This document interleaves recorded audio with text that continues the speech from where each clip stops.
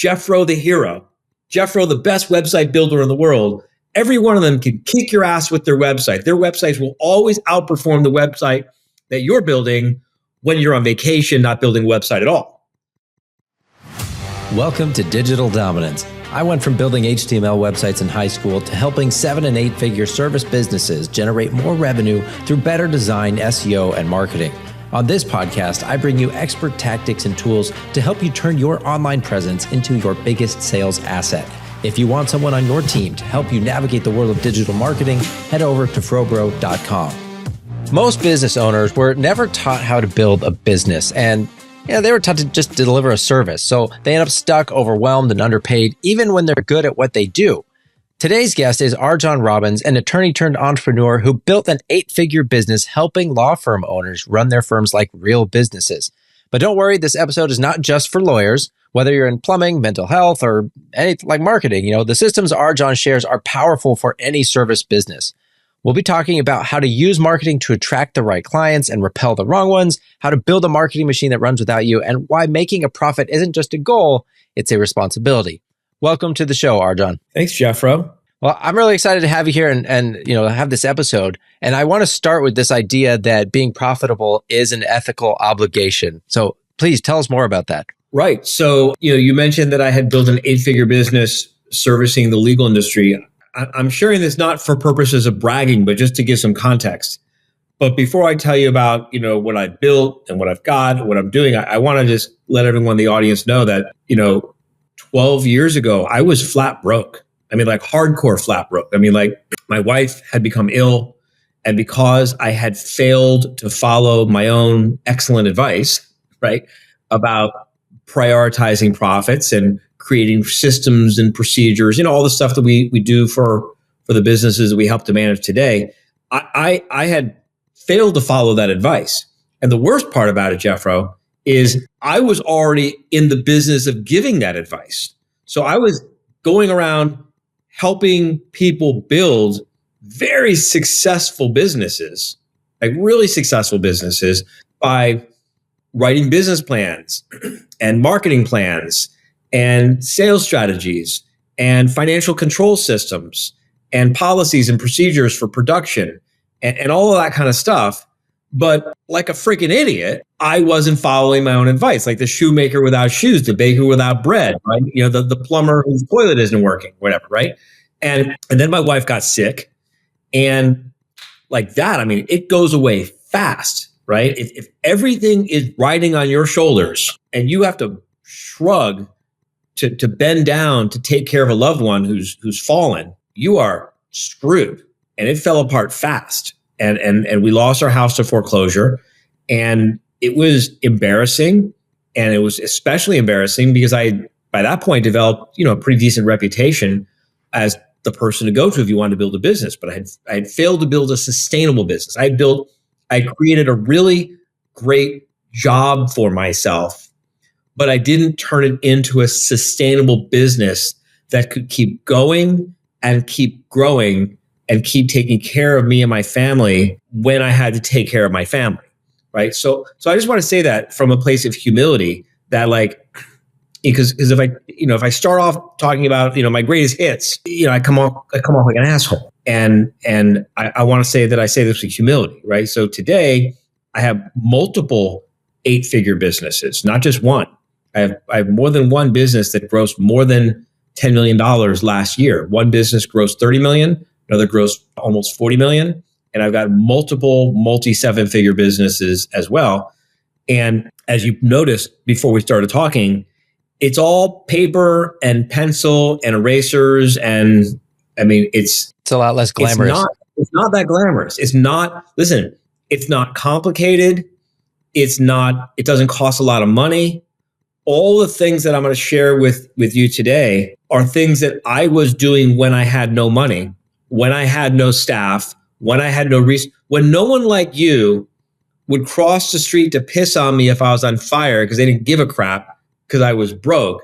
When no one was listening to me, I started doing the things that I'm still doing today that I'll share with your audience. And if you'll do these things, there's no reason why you can't build a multi-million or even a multi 8-figure business if that's what you want and need to achieve your goals. Yeah. Well, I appreciate you giving that background, because obviously, yes, we want to highlight the things that you've accomplished because that means people can learn from you. But I think it's more powerful to hear that you went through the problem of not taking your own advice. And it is like, that's something we all struggle with. Even if it's not just about taking our own advice, if we're too website, I can do a customer's website. Awesome. No problem. Right. But when I look at my own, I get stuck. And this is kind of a universal thing to a certain degree. And there's this idea that business problems are usually personal problems in disguise. So I wanted to hear your thoughts on that as well. Every business problem you've got is a personal problem. It's manifesting. It's showing up as a problem in your business, but it starts off as a personal problem. So wherever you look at any business, it doesn't matter what the business is. It could be a restaurant, it could be a service business, it could be a manufacturing business. It doesn't matter what the business is.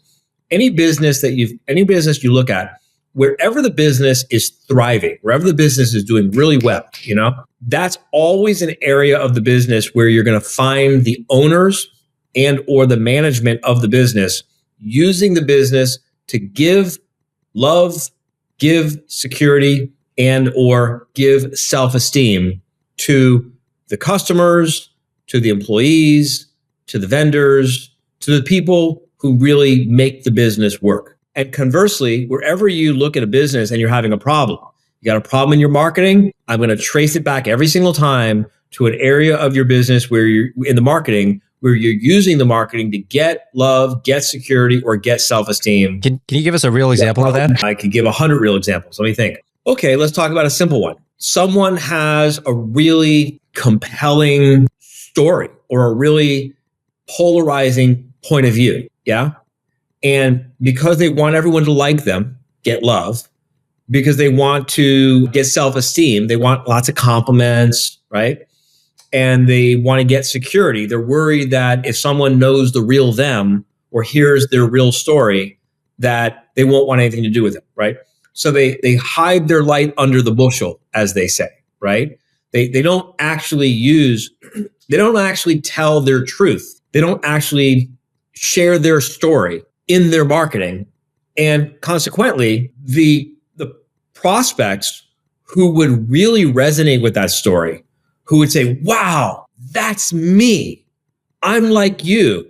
I'm like that. I want to do business with a company like that. They don't know about it because you're hiding that truth from them. And the customers who are the patients or the passengers, the clients, whatever you call them in your business, the people who are maybe put off by that idea or that story or that message, they're going to figure it out eventually anyway. Are you following what I'm saying? So like in my company, we've got core values and these 10 core values are not for everyone. And they're off-putting to some people. They are very clear values that we believe in, and we don't negotiate and we don't compromise. And it is who we are. And if you love them, you'll love doing business with us. But if you don't love them, you won't love doing business with us.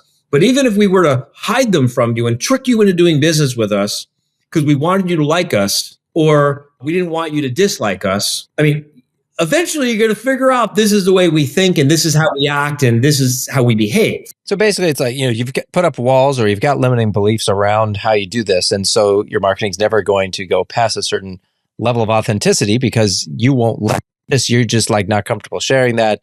Like that's the wall that is there that you have to get past in order to solve that problem. Well, it's like you're double screwed here, right? Because you don't tell people, you don't show people what you're really all about with your marketing. And so you're not attracting the people who would really, really, really resonate with the real you. And instead, you're tricking the wrong people into doing business with you. And eventually they find out and leave you anyway. That's problem number one. Problem number two, the staff who would really, really, really resonate with the real culture and the real values and your real point of view. They don't know about them. So they don't know that this is a place they want to come work. And then you trick, staff into coming to work for you by pretending to be something you're not, by not showing people what you really are. They eventually figure it out and decide this isn't a place they want to work. I mean, it goes so deep into the business. And that's just marketing. We could talk about sales. We could talk about production. We could talk about your choice of physical plant and your systems and your procedures. We could talk about your approach to financial controls.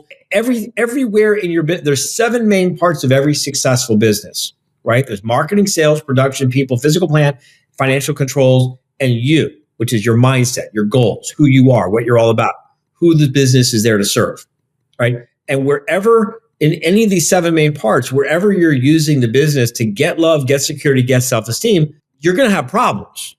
And wherever you're using the business to give, you'll see the business is flourishing. Turn it around the other way. Anytime I look at a business and I see it's flourishing in any of these 7 main parts, I know the owner is using the business to give, not to get. Yeah. Well, and I think this leads well into my next thing I want to ask you, because many businesses are, the owners are stuck in the I'll just do it myself trap. So what would you say to someone who believes that nobody else can do this as well as I can? Like, obviously there could be some of these limiting beliefs we're talking about, right? But what do you think about that? In many cases, they're right. You probably are the best person at building websites in your company.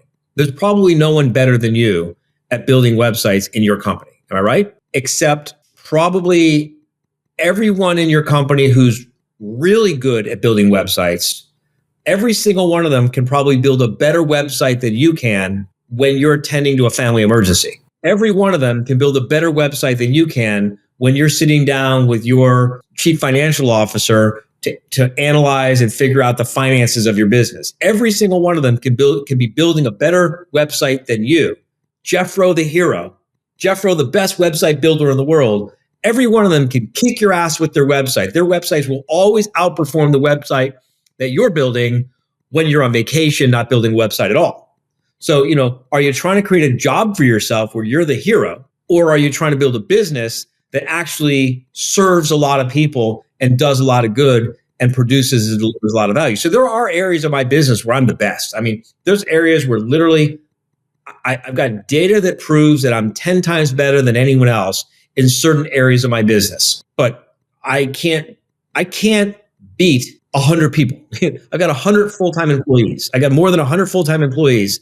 And even I'm sitting here talking to you right now. One of them is currently running a marketing campaign. One of them is meeting with a prospective new client. One of them is documenting some new procedures. One of them is working on financial controls. I mean, I've got 100 people who are doing 100 things that I'm not doing because I'm sitting here talking to you. So what am I going to do? Tell them don't do anything and I'll just get to it later? The business will never grow. You're not going to build an 8-figure business, and you're probably not even ever going to get to 7 figures if you try to do it all yourself. So there is some truth, and I think that the problem is that a lot of entrepreneurs get bad advice from naive, presumably well-meaning, but naive advisors, coaches, a lot of coaches out there running around when someone says, oh, well, but I'm the best at this. Well, no, you're not. There's better people than you. No, there isn't. There's no one better than me.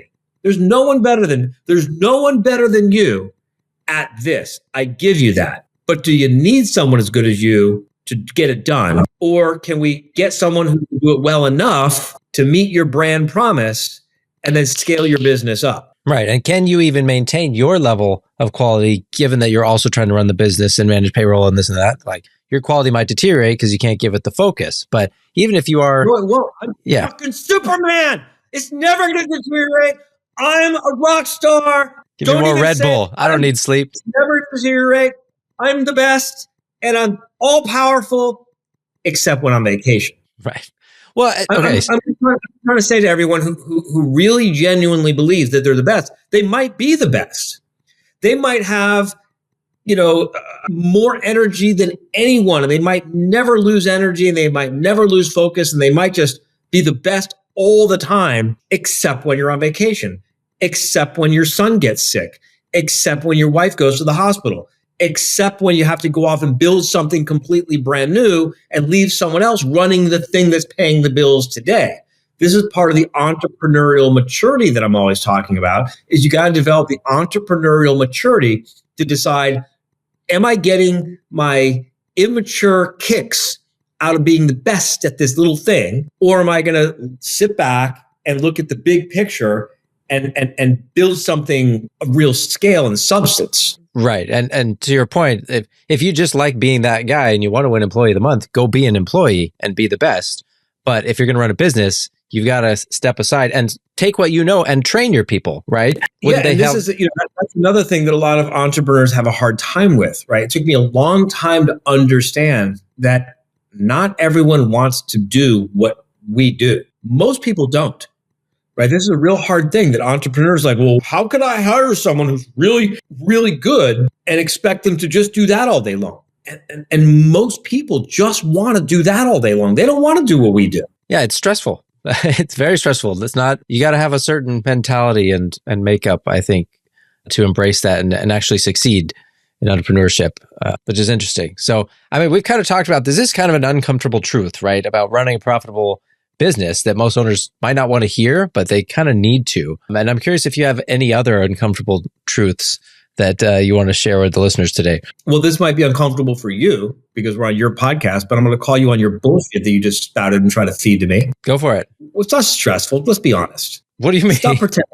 Stop pretending like it's stressful. You freaking love it. Admit that you love it. Admit that you wouldn't have it any other way. There are parts that I won't move past. But I don't like okay, so let's go back to where you admitted yourself you were embarrassed and, when you were broke and everything. Like, that's the stressful part. That's what I'm talking about. That's because I was entrepreneurially immature. That's because I had my head up my ass with my mindset. That's because of how I was thinking about everything all mixed up. What I'm trying to get across, the point that I'm trying to make here, Jeffro, is we don't have to go around acting like we're carrying the weight of the world on our shoulders to justify enjoying all the things we enjoy by being owners of a successful business.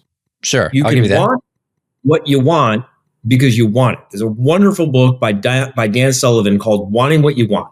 And the basic idea is it's a sign of entrepreneurial maturity when you reach the point where you can say, I want it because I want it. And the reason I want it is because I want it. And that's it. I don't need to justify it. I don't need to rationalize it.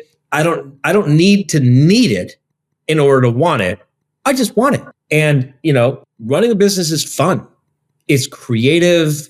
It's invigorating. It's exciting. You get flexibility. You get to walk around the big crazy hairdo. Mine doesn't move up like yours, but I got long hair.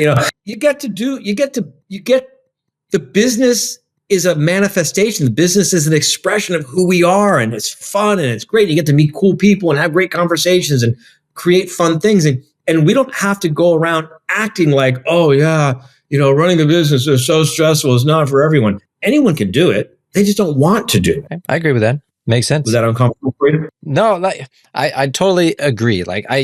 Yes, being an entrepreneurship is fun and challenging at the same time. I still think parts of it can be stressful, but it's not like I'm complaining about the stressful parts because I chose them, right? I know what's on the other side of the stressful parts and I want to get through it.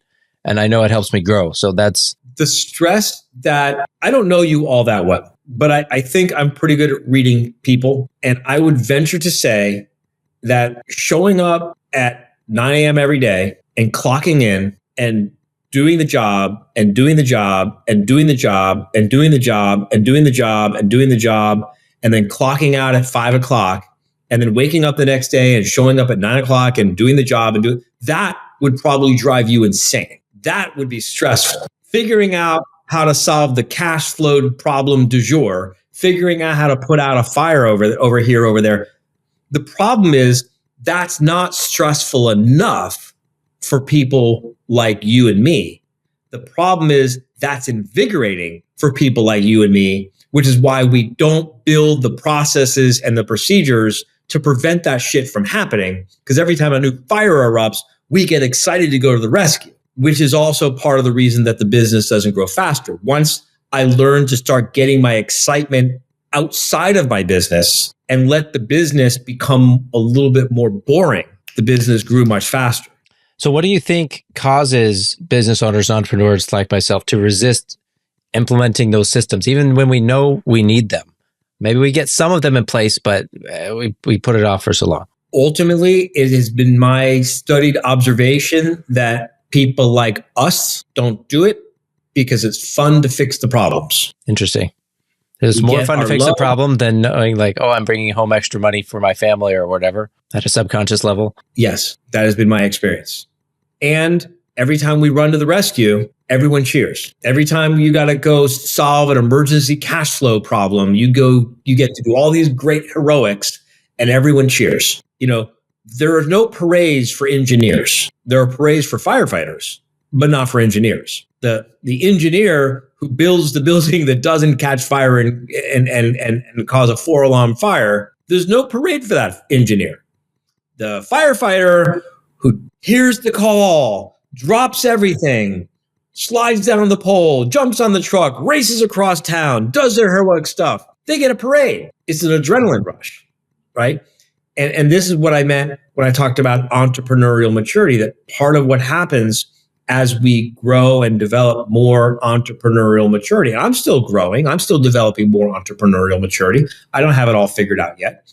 But part of what starts to happen is you start to get excited. You start to get more excited about seeing the impact that the business is having on the world. And you start to get excited about seeing the impact that the business has on its employees. And you stop getting excited about riding to the rescue for preventable problems. At least that's my experience. Well, that sounds accurate. I'm glad we got to talk through this a bit. I do want to move to a couple more things before we wrap up. So out of this, let's say, let's talk about marketing machines, because that's a big thing. I mean, you got a book called The Automatic Marketing Machine.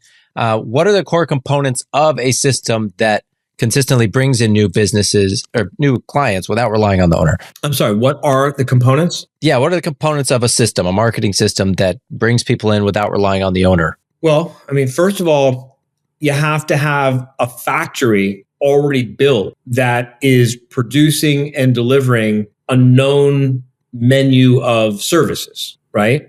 So if you don't know what you're selling, right? If the answer is, we'll sell anything to anyone that anything needs, right? And service businesses are particularly susceptible to this, right?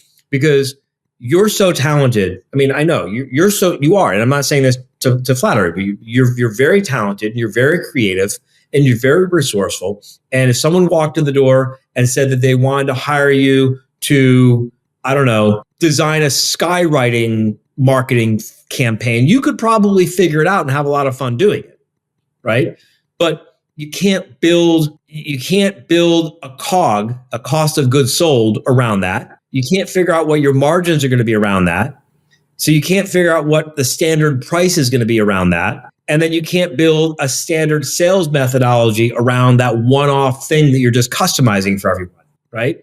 So if you want to build a machine, if you want to build a marketing machine, the marketing machines, it has to be able to sell a finite and consistent and limited number of sales keeping units, SKUs, items on the menu, right? So you got to productize. You got to productize the service a little bit. Yeah, you productize it. So you have a limited number of products on the menu. Each one, you know what your cost of goods sold is. So you know what your price has to be. And since you know what your price has to be, it doesn't need to be quoted. It doesn't need to be bid. It doesn't need to be negotiated. It is what it is, because I know what it costs me and I know what my profits have to be. There's the price, right? And because you can do that, then you start with the end in mind there, and then you go back a step to the sales method, right? And because the product is the product with known benefits, known costs, known deliveries, and everything else, the sales method is it becomes a consultative interview. Right? It becomes more of are you right for this product? Are you right for this service? Is this product or service right for you? Not trying to figure out how to sell it to you. I mentioned to you before we started the interview that we have a 3-year waiting list for our membership, for people to become a member of our business. We've had a waiting list for 3 years. I said it was a 3-year waiting list. What I meant to say is we've had a waiting list for more than 3 years. You don't have to wait for 3 years, but for 3 years, we've had a waiting list. And so rather than please buy it, please buy it, please buy it, we're able to be very open and very candid and very transparent about the strengths and the weaknesses of our service. The prices are what the prices are. The delivery is what the delivery is. And we can really have a very simple conversation with prospects about whether this is right for you, whether you're right for this.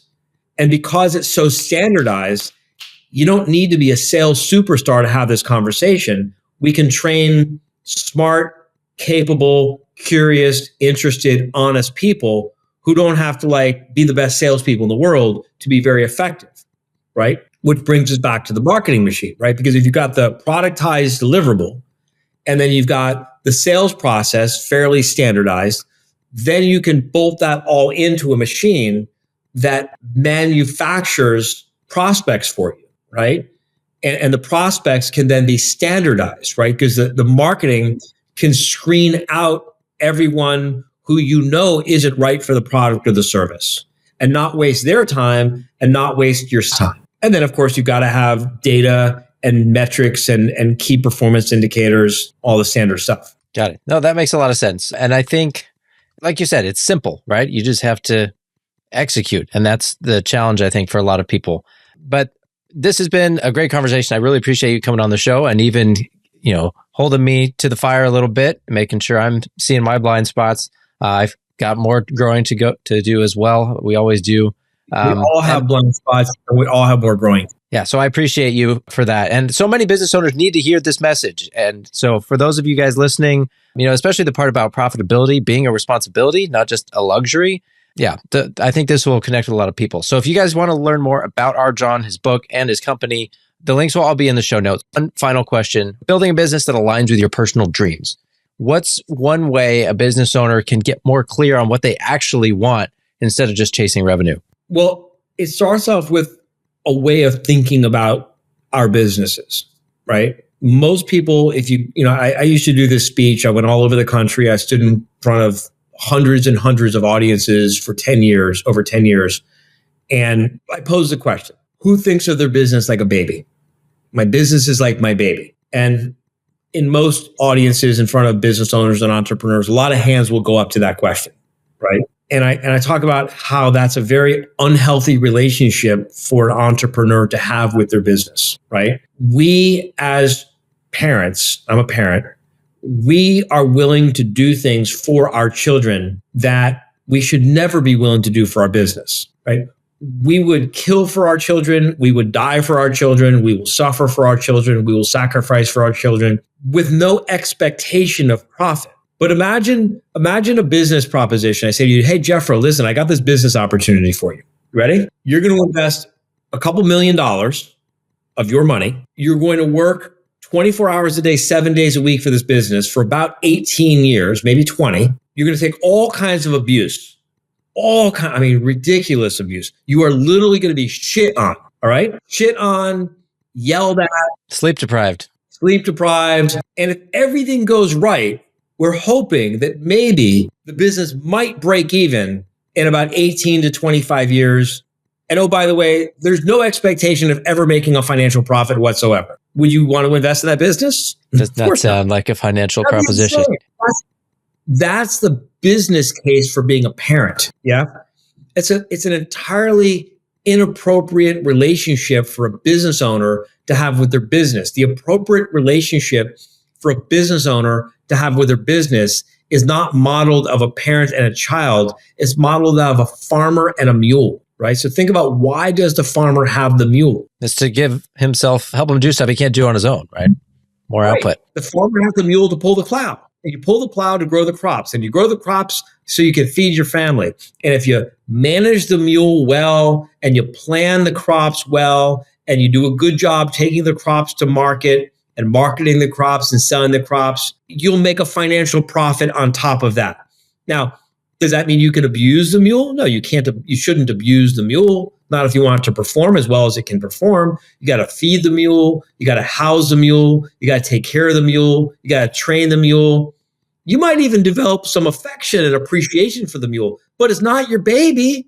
You're not going to say to your family, hey, I'm not coming home tonight because I'm going to stay in the barn with the mule. I mean, that would be insane. But that's exactly what millions of business owners do. They take pride in how many hours they spend in the barn with the mule at the expense of their family. And then they sit around bragging about how many hours they spend in the barn with the mule instead of how many hours they can invest with their family because they've got a completely topsy-turvy, backwards, upside down. It's really mindset. Yeah. Well, I really love that analogy. I'm glad you shared that. I think that's a really good way to look at it. And it does sound like a much more healthy approach than, the business as a baby analogy. So thanks again, RJon, for being here. Thanks to all you guys for listening. If you got value out of this episode, and I know I did, please take a few minutes, leave a quick rating or review on Apple or Spotify. This helps a ton. But other than that, take care and we'll see you next time. Thanks again, RJon. Thanks for listening to Digital Dominance. If you enjoyed this episode, would you do me a big favor and leave a review? It really helps more service business owners discover the show, fix their websites, and grow their businesses the right way.